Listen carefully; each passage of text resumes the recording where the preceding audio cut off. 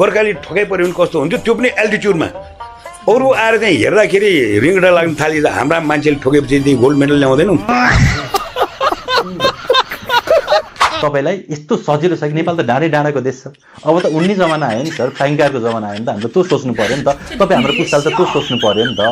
होइन र एउटा डाँडामा टक्क काट्दिने फोर स्टेसन बनाउने त्यहाँबाट उड्ने फेरि 10वटा छाँडा पारी जाने फेरि उड्ने जेनेरेसन हामी त फ्लाइङ जेनेरेसन होइन र सर यहाँका मधेसका सबै जनताले चाहिँ होइन करोडका मालिक बनाउने कि नबनाउने जुन वस्तु बेचेर हुन्छ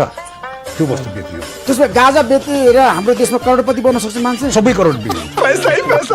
अहिले चाहिँ मैले भने हिमालको झरनाको अलिकति पानी हालौ अब अलिकति चाहिँ हाम्रो गाँजा तत्त्व हालेको हामीले चाहिँ गाँजा कोला बनायौँ को कोला बन्छ गाँजा कोला बन्दैन त्यो खायो कि मन आनन्द हुने त्यो फुक्नु परेन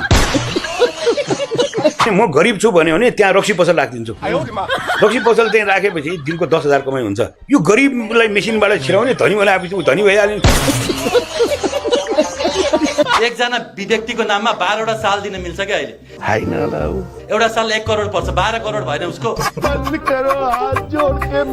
अनि अर्को कुरा यो खानीबाट कति पैसा हुन्छ थाहा छ हजुरलाई फलाम खानीबाट मात्रै हरेक नेपालीलाई 2-2 करोड बाँड्ने पैसा हुन्छ कि फलाम तामा र हिरा खानीबाट पैसा हो गाजा खाएर तपाईँ लट्ठ पर्नु भएको छ तपाईँ लाग्यो खाइन भने हो एकपल्ट आएपछि कसैले पनि खाँदैन एकपल्ट खाएछ गाजा कसरी खाँदैन खाँदैन अनि तपाईँ किन गाजा खेतलाई बधाई दिनु त्यो लट्ठ्याउने कुरा गरिरहेकै छैन करोडपति बनाउने जीवनको कवि कलाकार अरू त्यसमा नेपाली जनताले चाहिँ गाजा खेती गर्नुपर्छ खान हुँदैन 25 वर्षपछि त विदेशलाई चाहिँ गाजा खानुपर्छ भने तपाईँको काठमाडौँ भरि 80,000 वटा रक्सी पसल किन खोलेको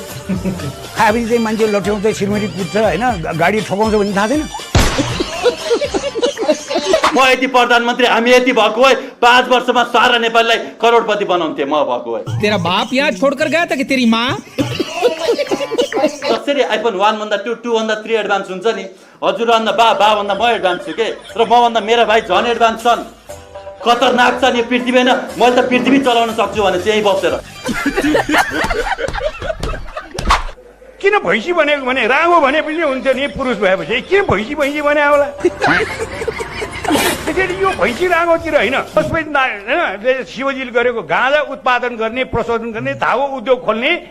यसको चाहिँ होइन औषधि उद्योग खोल्नेतिर भयो भने सबैले करोडपति बनाउने यो बाटोमा जाने हो कि बात त सही है मका अस्ति 10 रुपियाँमा चाहिँ मुला चाहिँ 1 किलो बेच्न किसानले के पायो होला यस्तो मान्य सदस्य अब बोल्नु धेरै थियो अब मिडियामा बोल्नु पर्छ धन्यवाद नमस्कार वर्ल्डको स्विस मोडलको ब्याङ्क स्विस ब्याङ्क छ नि त त्यस्तै ढङ्गडीमा बनाउँथ्यो कि सर संसारमा स्विस ब्याङ्कमा सबभन्दा धेरै पैसा इन्डियन र चाइनिजको छ कि सर होइन इन्डियनलाई पनि गाह्रो राख्न जाऊ उहाँ लिन जाऊ उहाँ चाइनिजलाई पनि उहाँ जाऊ बिचमा खोलिदिउँ न आउँछन् राख्छन् आनन्द 4 महिनापछि त्यो 4 लाख हुने भयो किन नरोप्ने भनेको दिनभरि एक्सर्साइज पनि भयो स्वस्थ पनि भयो आइसोलेसन पनि भयो के को 3 फिट र 10 फिटको कुरो हो यो त 3 किलोमिटरको दूरीमा हो वनमा जाने गीत गाउने वनचरीसँग चाहिँ मिलाउने वनमा भएको अलिकति काफल पाकेको भयो भने खाने अरू चाहिँ यसो पाकेको भयो भने खाने यहाँनिर गुनास चाहिँ अहिले फुल्न लाग्छ गुनास सिउरिने आफैले गीत बनाउने अरू बनाउने कविता कोर्ने तर गाँजा छ 36 खरबको चाहिँ यहाँ बुढा सालहरू छ 36 खरबको जंगलमा एकचोटि जंगल फडानी गर्नुहुन्छ यहाँले बुढा साल काट्छु एउटा काटे 10वटा रोप्छु हैन एउटा काटे 10वटा 36 खरब त मलाई त्यहाँबाट आयो अर्को भनेको 22 खरबको पानी छ सर हाम्रो देशमा एक वर्षमा बेच्न मिल्ने छ हैन दुवै कतारदेखि मैले सबै कुराहरु पानी बुझ्दिन्छु गाँजाले मात्र सर 26 खरब आउँछ एक वर्षमा यो देशमा शिक्षा स्वास्थ्य पे गर्न पुग्छ किसान कमाइ 4 गुणा बढ्छ सर यो सरकारको राजनीतिक पार्टीहरूलाई सहजताको लागि गाउँपालिकाका चाहिँ प्रमुखहरू महानगरपालिकाहरूले ड्रोन उडाउँ भ्यू म दिन्छु अनि त्यो ड्रोनले उडाएर चाहिँ वनमा छर्ने हो भने एउटा वन ऊर्जा समितिको वर्षको कमाइ 20 करोड रुपियाँ भयो त्यो राज्यमाथि निर्भरता कम हुन्छ भाइसे कुछ ज्यादा नहीं हो गया हामीले हरेक बोटमा पैसा छ हरेक पातमा पैसा छ भने तिमी त